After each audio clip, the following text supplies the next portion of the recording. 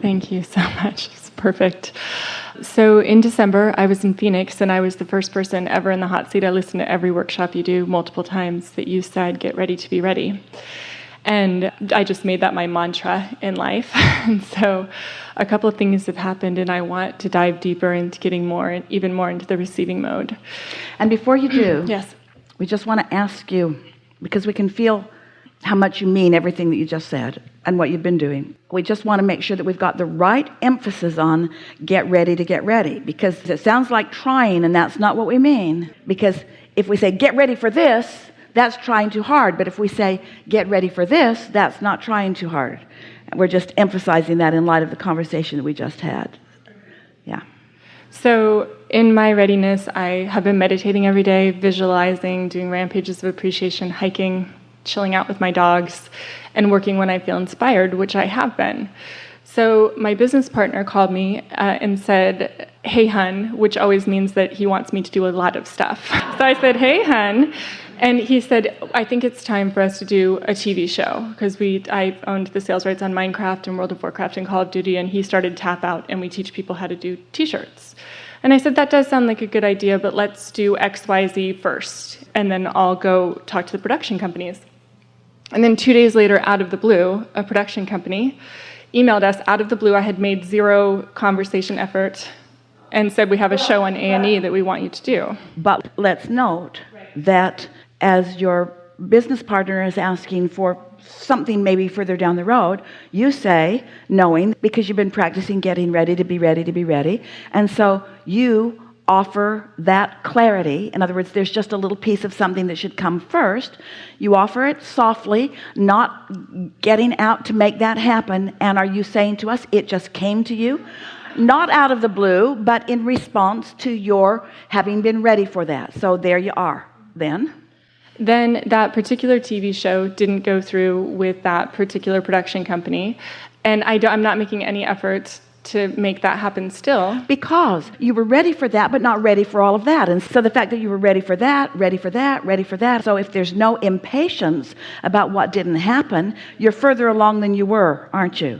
And what's the attitude in being further along than you were? What's the feeling of that? It feels amazing. Victory. Yeah, victory. Yeah. Success. In other words, further along than you were, not all the way over there, but further along. And that manifestation as it came is really something worth vibrationally celebrating, which is what that emotion of exhilaration and satisfaction, the emotion of satisfaction is. And then, so it's a three-pronged thing, the TV show, and then I've been wanting this house in Boulder, this beautiful multi-million-dollar house. And every time I think about getting the house, then it's resistance. Because you weren't ready to be ready to be ready, because you know too much. If you had said this beautiful house, that's softer and there's less resistance in this multi-million-dollar house. Every time you said multi, you added more resistance to the equation. So then, but what's happening manifestationally is, because I have a lot of exceedingly wealthy friends, I'm just getting invited to go all over the country. I'm staying in one of the nicest houses that exists in Seattle for the next 2 weeks. And it is a multi-million-dollar house that I don't have to write the check on every month. That's worth feeling the ownership of. That's prosperity that's come to you. And we can feel that you're working the bugs out of that resistance a little bit, because you're having the experience of it. The universe has yielded it to you. It is your experience. It is a manifestation that's happening. And if you're not splitting hairs about anything, then that can serve you in a powerful way. Yes, and is.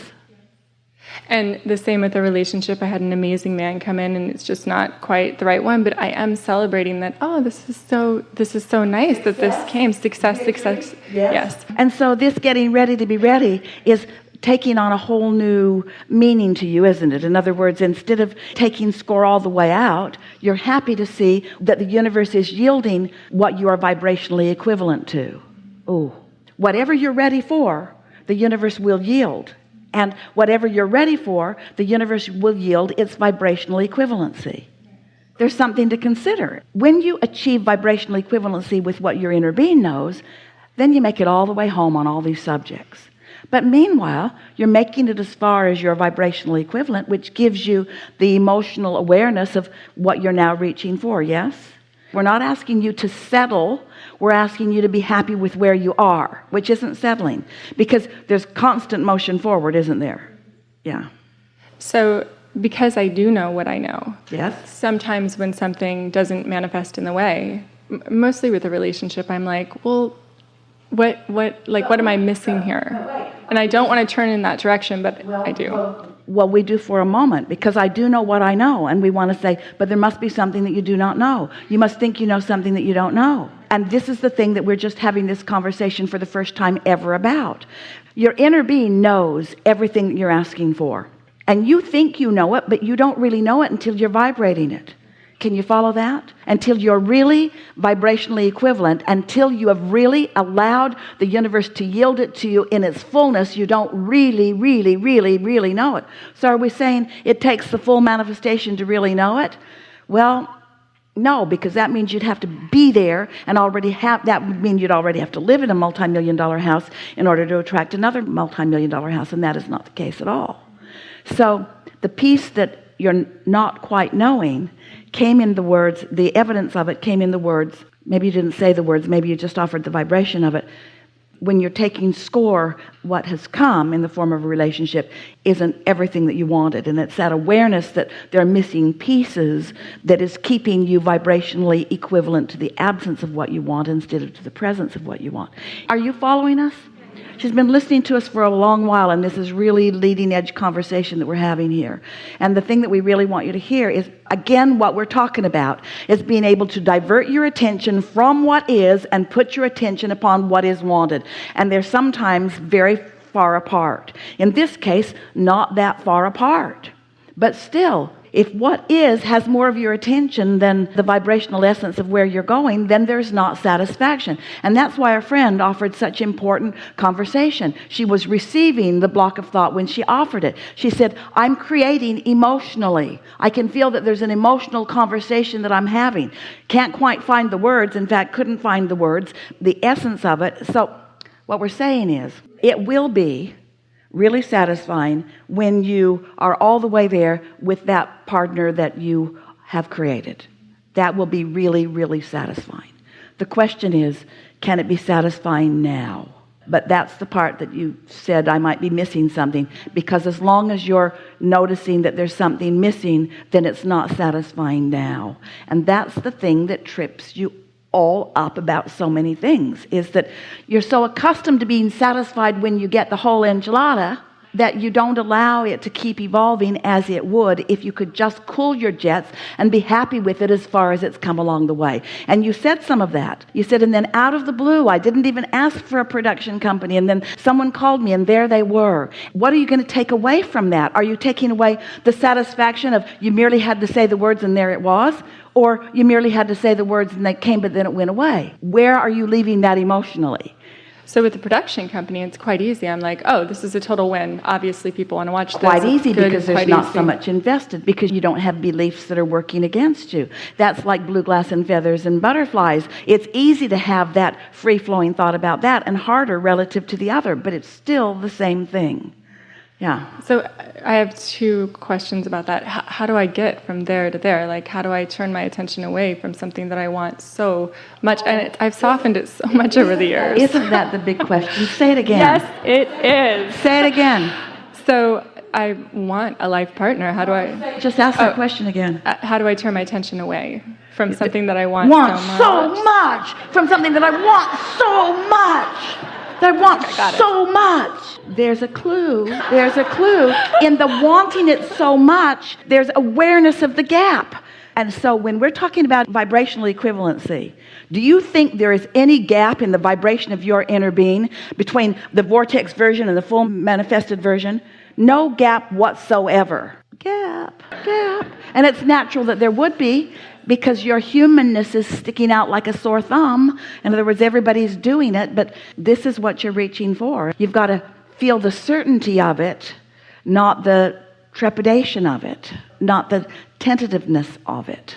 And it's easier to do in things that you don't care about so much, or it's easier to do in things where you've had lots of success, or it's easier on subjects where you think there are endless avenues, but somehow you've convinced yourself, and this is the answer you've been looking for from us, and we usually don't give you an answer like this. We usually ask you to live enough life until it comes to you, but you've convinced yourself that there is rarity in this relationship that you want. I have.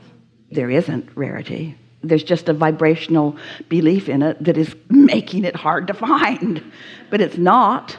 Production companies, yeah, they'll come anytime you just relax and allow them.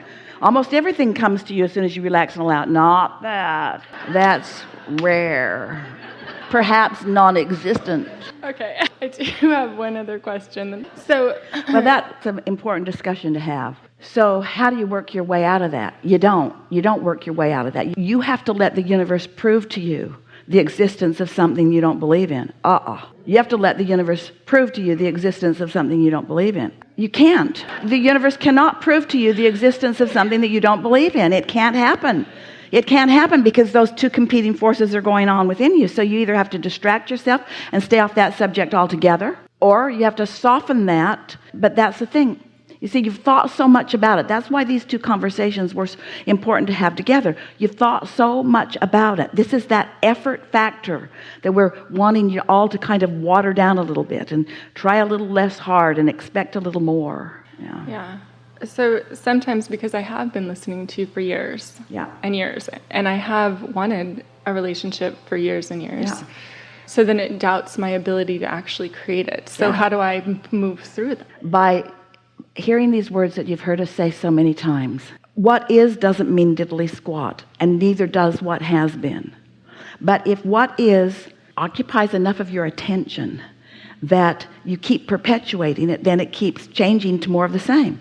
Things are always changing to more of the same. So our friend asked it at the first question today, how do you change a belief when reality is proving your belief wrong or your belief right? How do you change a belief when what you believe keeps showing itself to you? Well, you've got to accept something beyond the physical reality. That's why we are so smug about what we bring to the party. And almost everyone stands there.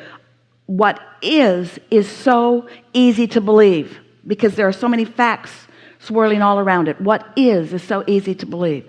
And we say, yeah, but there's something else that you could believe in, a vortex. And you say what? A vortex? What's that? Well, that's a vibrational version. Well, I've never thought about that before. Well, it's time that you start thinking about it. Well, okay, I'll think about the vortex version. Where is it? And we say, over there. And you say, I can't see it. We say, therein lies your problem. I can't see it, and I can't hear it, and I can't smell it, and I can't taste it, and I can't touch it. This I can. So it's a lot easier to believe in what is than in what isn't. And we say, that's the thing that we want you to understand. Don't say that the vibrational version is that which isn't, because it is. But emotions are going to take you to it. You've got to feel your way to it. You have to feel it and trust it. You have to know it. You have to be satisfied with the feeling of it and not need the full-blown manifestation, which you're getting really, really good at as you're getting ready to be ready to be ready to be ready. So it's like saying, all right, well, I'm willing to wait for a lot of things, just not that. I've waited too long. I'm tired of waiting for that. I don't want to wait for that anymore. And we say, then you can't get there. Not only do you have to wait, you got to be satisfied while you wait. Oh, Abraham, now you've gone way too far. The other day, Esther was with someone. They were doing something. And the people they were doing it with were so not good at what they were doing. And the woman kept saying to them, thank you for your patience. And finally, Esther said, you must be talking about somebody else. We are not patient. Finally, Esther said, give me a break. You guys need to get your act together. Do you know how much time has been? Well, clearly they weren't ready to be ready to be ready to be ready, and Esther wanted to give them all the responsibility for it, but she was not feeling patience. And when you're not feeling patience, it couldn't get better. The reality was that they were inept, and their computer systems were too.